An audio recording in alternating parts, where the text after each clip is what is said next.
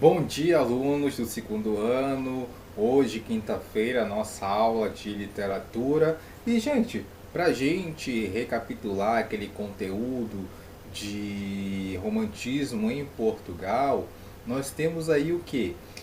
A nossa questão sobre, primeiramente, sobre o romantismo europeu, coisa que nós vamos ver daqui a pouco, fazer a correção daqueles exercícios. E nós vamos verificar nossa aula em relação ao romantismo em Portugal. Mas, primeiramente, eu quero resolver alguns exercícios com vocês do livro de atividades, do capítulo 10 do livro de atividades, tá bom? Romantismo em Portugal. Aqui você tem um mapa mental que eu vou explicar numa outra hora, tá? Numa outra hora. Então, o que a gente vai fazer? A gente vai fazer a questão 1, tá bom? Questão 2. Vamos lá. Sobre o contexto que envolve o romantismo em Portugal, assinale verdadeiro ou falso.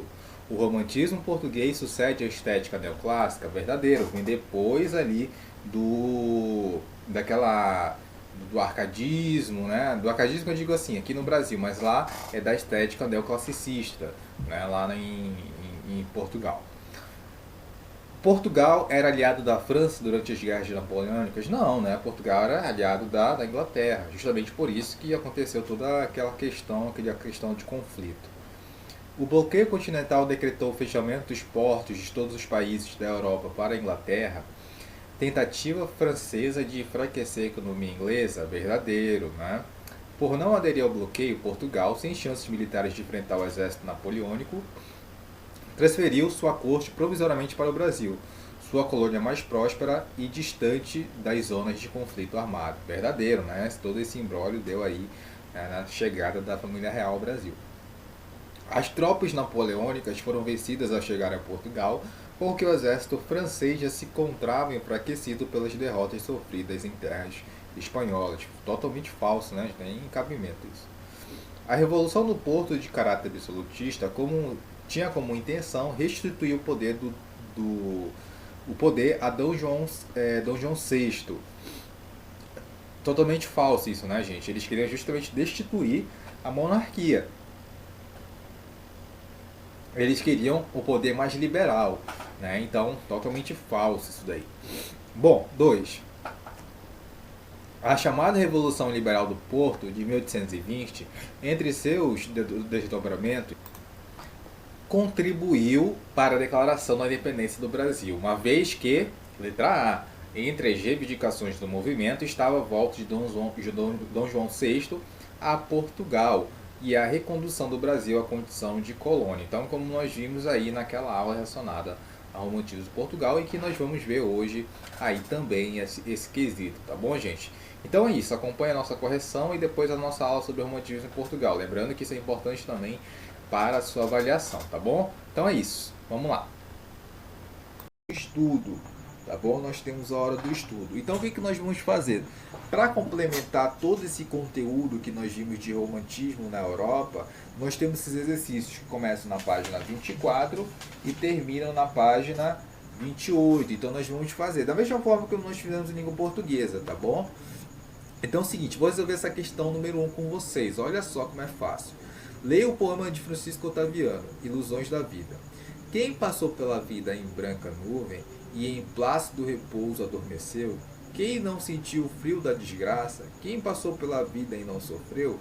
Foi espectro de homem, não foi homem. Se só passou pela vida, não viveu. Bom, gente, você vê que tem uma tendência totalmente romântica aí, porque independente se o sentimento é alegre ou triste, de felicidade ou de sofrimento, o romantismo ele vai trabalhar esses sentimentos, certo? Porque tudo é movido pela emoção, tudo é movido pela subjetividade, pelo individualismo. Então ele pergunta o seguinte: este poema pertence à estética romântica porque sugere que é importante viver de forma intensa e profunda as experiências da existência humana. Então, gente, todas as questões elas vão se basear nessa perspectiva, umas voltadas mais para uma questão mais complexa, outras voltadas para uma questão mais superficial, mas sempre vocês vão perceber a intenção do autor, o sentimento do autor, tá bom? Beleza? Então é isso. Vocês vão responder, né, essas questões das páginas 24 a 30 e a página 28, tá bom? Página 24 a página 28. E vocês vão me entregar na próxima aula, no final dessa aula, tá bom? Beleza? Muito bem. Então, gente, olha só a nossa aula de hoje aí. O romantismo em Portugal, como eu havia falado para vocês. É, vocês podem colocar aí na página 29, tá bom? Na página 29 é onde começa o nosso conteúdo, tá bom? Então, olha só o que acontece. Mais uma vez, trazendo o espírito da Revolução Francesa e o conceito da Revolução Francesa, né, liberdade, igualdade e fraternidade, justamente para lembrá-los de que é, tanto a ascensão da burguesia, tanto esses conceitos também foram aí alinhados à filosofia do romantismo. Bom, gente, então olha só, eu vou diminuir aqui a bolinha. O que a gente precisa entender em relação a Portugal e em relação ao romantismo? Por que, professor? Porque é o seguinte, muita coisa que acontece, e agora especialmente, tá, gente? Especialmente, o que acontece em Portugal vai influenciar diretamente aqui no Brasil. Né? Como eu falei para vocês, tudo que vinha da Europa influencia no Brasil ali até o século XX. Né? Então, olha só, final do século XX. Então, aliás, início do século XX, perdão. Então, olha só, gente, o romantismo ele chegou muito tarde em Portugal. Né? Por quê? Porque o país ele não apresentava condições para isso. Portugal foi muito problemático nessa questão de receber o romantismo.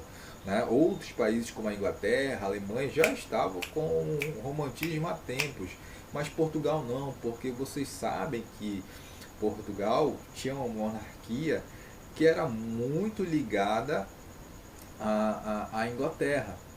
Né? As trocas de favores e tudo mais, vocês conhecem bem a história, vocês estudaram bem com o professor William sobre isso, né? Ou estão estudando com o professor William sobre isso. Né? E também essa questão, né, do Napoleão Bonaparte na França, de perseguir os outros países porque ele queria dominar, queria fazer a dominação ali de toda a Europa, né, trouxe um clima de muita incerteza ali dentro de Portugal. Beleza? Então olha esse segundo tópico aqui. Após a mudança da família real para o Brasil, que aconteceu o quê? Em 1808, porque o Napoleão já estava atrás, né, da corte portuguesa. Portugal viveu anos de uma turbulência política que resultaram na Revolução do Porto em 1820, uma vitória do liberalismo português. Gente, professor, o que foi a Revolução do Porto? Como as taxas alfandegárias eram favoráveis aí à Inglaterra, então os produtos ingleses eram muito mais baratos, né, e muito mais comercializados em Portugal e na Europa toda. Né? Só que o que o Napoleão falou? Ó, não comercializa com a Inglaterra, Portugal, senão vou lá e vou invadir. E aí o Napoleão ele invadiu, e aí justamente por isso que a corte portuguesa, né, veio para o Brasil e se instalou aqui no Brasil. Não acreditem no favor, né, da corte portuguesa, foi porque eles estavam fugindo realmente, né, lá do Napoleão. Então o que acontece? Lá se torna totalmente terra de ninguém, né, terra de ninguém.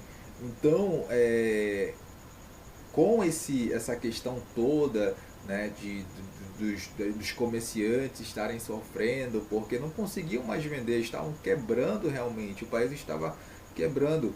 Então, eles fizeram a Revolução do Porto. Então, de um lado estavam os absolutistas, que estavam, né, ali ao lado da corte portuguesa, e tinham aqui, do outro lado, os liberais, né? Tinham aqui os que estavam a favor do liberalismo burguês. Então o que acontece? Vocês sabem daquela história de que Dom João VI retornou a Portugal e deixou o quê? Dom Pedro aqui. Deixou Dom Pedro aqui no Brasil, para ele assumir o trono. Então o que acontece? Ele chegou lá, o Dom João VI em Portugal, assumiu o trono, tranquilo, beleza. Só que quando ele morreu, quando o Dom João VI morreu, o que acontece? O Dom Pedro, ele pediu para a sua irmã, Maria II, se eu não me engano, para assumir o trono. Só que o Dom Miguel, a sua filha Maria. Então, o Dom Miguel, que era irmão do Dom Pedro, tomou, esse trono. Ele tomou, foi um golpe ali, porque o Dom Miguel era totalmente um mau caráter. Então, o que acontece? Tem ali essa disputa entre os liberais e os absolutistas, beleza? Então, a Revolução do Porto é isso, beleza? Os portugueses lutando por melhores condições, por um novo mundo, por uma nova perspectiva. E o romantismo ele vem surgindo, junto com os liberais, beleza? Junto com essas lutas liberais. Então, olha só, em 1826, as forças conservadoras que se reergueram e só foram derrotadas pelos liberais 12 anos depois. Então, as forças conservadoras se reergueram, que é a questão absolutista, e foram derrotadas 12 anos depois ali pelos liberais. Portugal abriu-se para a Europa, livre e fortalecida. A imprensa informava e divulgava opiniões, ampliando a capacidade crítica dos leitores. Então melhorou para todo mundo, né, gente? Melhorou para os comerciantes, melhorou para o povo, de uma forma geral. Beleza. Então, gente, olha só essa questão aqui em relação à tendência romântica em Portugal. Embora a consolidação do romantismo em Portugal só viesse a ocorrer anos depois, o ano de 1825 é considerado o marco inicial do movimento no país. Então você percebe que demorou muito para o romantismo em Portugal realmente desenvolver, crescer. E aí, esses autores aqui, os autores Almeida Garrett e o Alexandre Herculano, eles são autores que se posicionavam justamente por essa questão liberal. E eles contribuíram muito para o romantismo português. Professor, quais são as características aí então principais que eu tenho que saber, justamente para saber os conceitos desse romantismo em Portugal, primeiramente. Gente, temas nacionalistas e históricos. Então, professor, primeiramente no romantismo de Portugal nós temos essas temáticas nacionalistas e históricas. E por que, professor?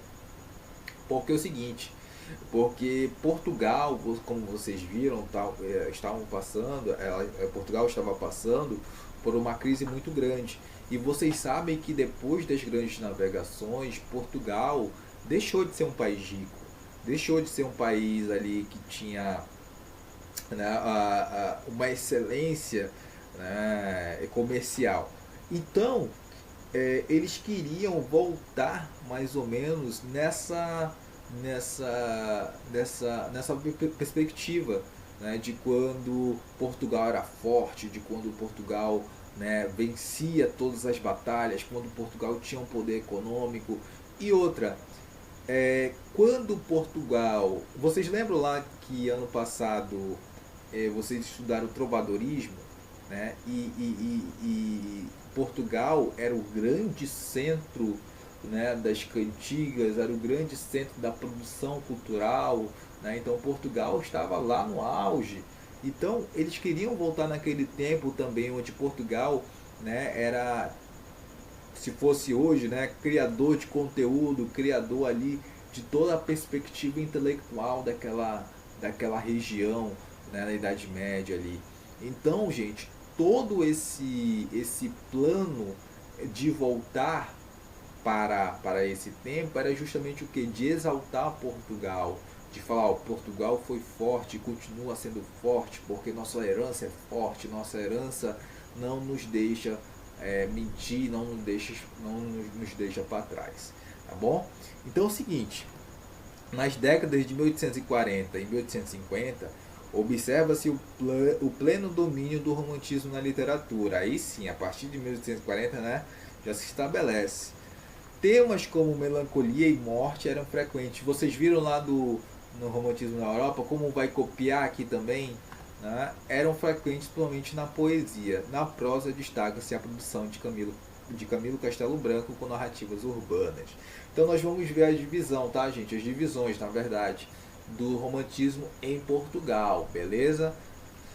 Mas, primeiramente, eu quero que vocês peguem os cadernos, tá bom? Peguem os cadernos.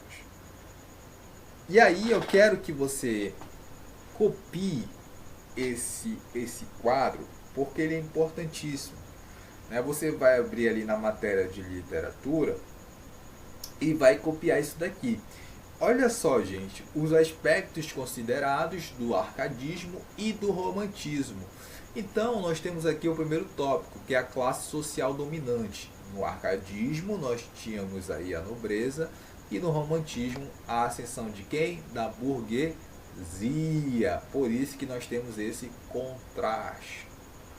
2. Corrente filosófica predominante. No arcadismo, o iluminismo, certo? E no romantismo, o liberalismo, como nós comentamos agora há pouco. Terceiro tópico, valores mais respeitados.